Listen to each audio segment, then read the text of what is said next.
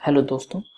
आज हम बात करते हैं दिल्ली इलेक्ट्रिक व्हीकल पॉलिसी के बारे में, जो कि केजरीवाल जी ने प्रपोज किया है। तो उसमें देखते हैं कि क्या क्या इशू है, क्या क्या चीज़ें हैं इसके अंदर।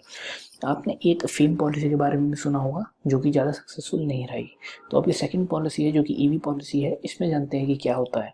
अब देखिए, जो भी हमारे पास अभी कार्स हैं, जो भी हम व्हीकल्स यूज़ करते हैं, कमर्शियल व्हीकल्स यूज़ करते हैं, उसके अंदर जो भी हमें फ्यूल चाहिए होता है, पेट्रोल होता है या डीजल होता है। अब ये जो सोर्सेज हैं, ये जो रिसोर्सेज हैं, ये लिमिटेड है। तो सीधी सी बात है, हमारे पास एक ऑल्टरनेटिव सॉल्यूशन ज़रूर होना चाहिए इससे अलग। उसका बेनिफिट ये है, एक तो देखिए नॉइस पोल्यूशन नहीं होगा, पॉल्यूशन किसी भी तरीके का नहीं होगा उससे। आज जो आप दिल्ली में जितनी ज़्यादा प्रॉब्लम देखते हैं, वो मैक्सिमम टू मैक्सिमम पॉल्यूशन की वजह से ही है, जो एयर पोल्यूशन होता है हमारे साथ। तो उससे भी बचाव हुआ है इस ईवी पॉलिसी से। तो अब जो भी इलेक्ट्रिक व्हीकल है, उसमें मेन क्या होता है, एक मोटर और एक लिथियम आयन बैटरी। अब लिथियम आयन बैटरी को चार्जिंग के लिए एक इंफ्रास्ट्रक्चर की जरूरत है, पावर स्टेशन की जरूरत है। तो इस पॉलिसी के अंदर उसी के रिगार्डिंग बात की गई है कि कैसा होगा।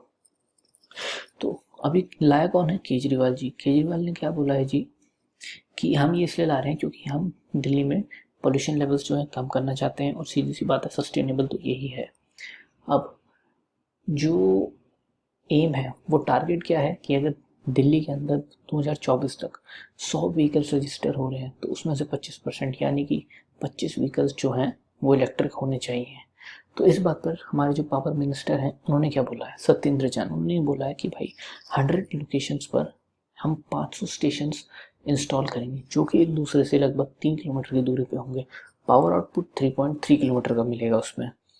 तो अब ये देखिए, ये जो रिजर्व्स हैं आपके, वो कुछ इस तरीके से होंगे पावर स्टेशन वाले।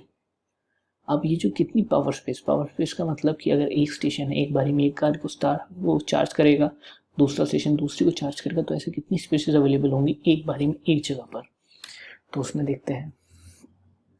तो देखिए, इसमें हम 3 पॉइंट्स की बात करते हैं। पहला ये कि सरकार 100 पॉइंट्स पर 500 चार्जिंग स्टेशन लगाएगी, जो कि एक दूसरे से 3 किलोमीटर की रेडियस पर होंगे।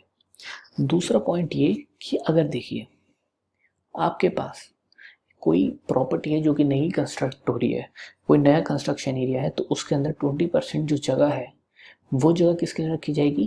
पावर स्टेशन के लिए। और तीसरी चीज़, अगर जो भी ओल्ड कंस्ट्रक्टेड एरियाज हैं, old constructed areas with 100 parking spaces available, मतलब कि जो कि पुरानी कंस्ट्रक्टेड एरियाज हैं जिसके अंदर 100 पार्किंग स्पेस की जगह है, उसमें से 5% जगह पावर स्टेशन के लिए रखी जाएगी। और कैपेसिटी क्या होगी? जो कि एक बारी में 5 व्हीकल्स को चार्ज कर सकें। ठीक है, अब आगे चलते हैं।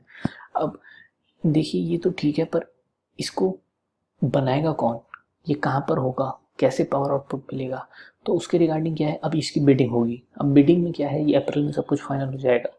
तो इसके में जो इंटरेस्ट दिखाया है, वो टोटल 67 एंटिटीज ने दिखाया है, जो मिनिमम अमाउंट में आपको मैक्सिमम पावर आउटपुट देगा। मतलब कि पर यूनिट कॉस्ट जिसकी सबसे कम होगी, उसी को ही ये उसी को ही टेंडर दिया जाएगा।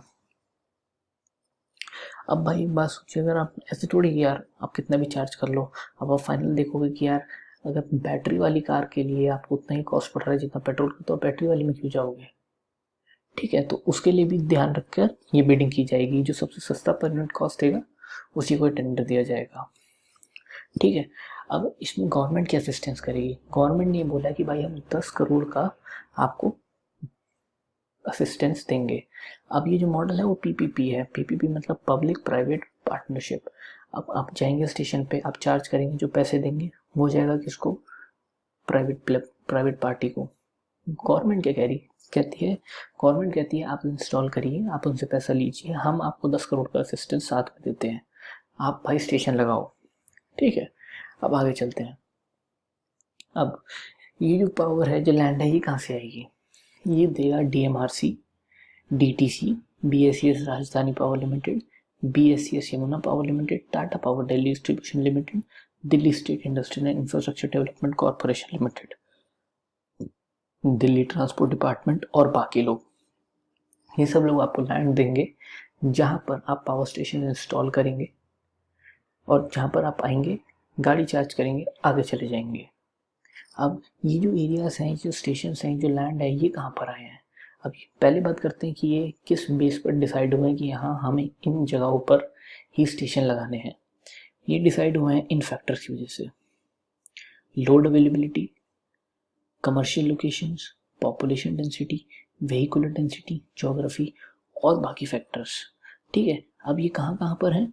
ये 19 साउथ डिस्ट्रिक्ट में है, 18 west, 15 south west, 9 north east, 8 east में है, 5 नॉर्थ डिस्ट्रिक्ट में है और 4 न्यू दिल्ली डिस्ट्रिक्ट में।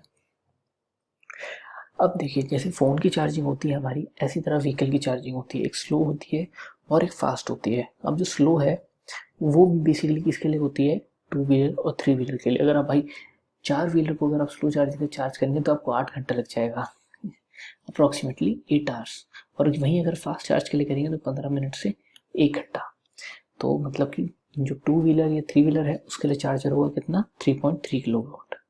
और जो गाड़ी है जो कि 4 व्हीलर है उसके लिए 15 वाट से 22 किलोवाट की कैपेसिटी वाले पावर स्टेशन बनाए जाएंगे।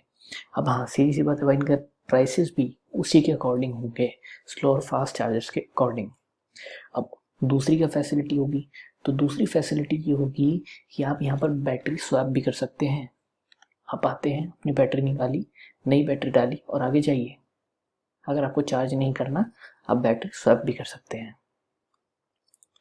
अब सरकार ने कितनी लगाई है? सरकार ने देखिए कॉस्ट क्या रखी है, 4.5 किलोवाट आवर से 4 के बीच में। अब ये जो सर्विस फ़ी है, ये सर्विस फ़ी जो है ये electricity tariff, time based penalty और जीएसटी से भी फ्री है, उससे अलग ये कॉस्ट है। तो टोटल जो भी फाइनलाइज होगी, ये फाइनलाइज होगी अप्रैल में, बिडिंग के बाद ये फाइनल प्राइसेस रिवील होंगे।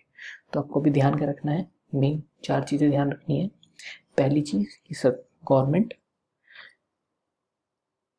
100 लोकेशंस पर 500 स्टेशंस लगाएगी जो कि एक दूसरे से 3 किलोमीटर की दूरी पर होंगे। दूसरी चीज़ कि अगर आप कोई नई प्रॉपर्टी कंस्ट्रक्ट हो रही है तो उसके अंदर 20% जगह पावर स्टेशंस के लिए दी जाएगी। तीसरी चीज़ कि अगर कोई ओल्ड कंस्ट्रक्टेड एरिया है वहाँ पर 100 पार्किंग स्पेसेस अगर अवेलेबल हैं तो उसमें से 5% जगह पावर स्टेशंस के लिए दी जाएगी। और चौथी चीज़, जो भी स्टेशन अवेलेबल होंगे वहाँ पर आपको स्लो चार्जर अवेलेबल होगा, फास्ट चार्जर अवेलेबल होगा डिपेंडिंग अपॉन कॉस्ट, और आपको बैटरी स्वैपिंग की सुविधा भी दी जाएगी। तो थैंक यू दोस्तों, आज की वीडियो में बस इतना ही, और चैनल को सब्सक्राइब करना मत भूलिए। Thank you.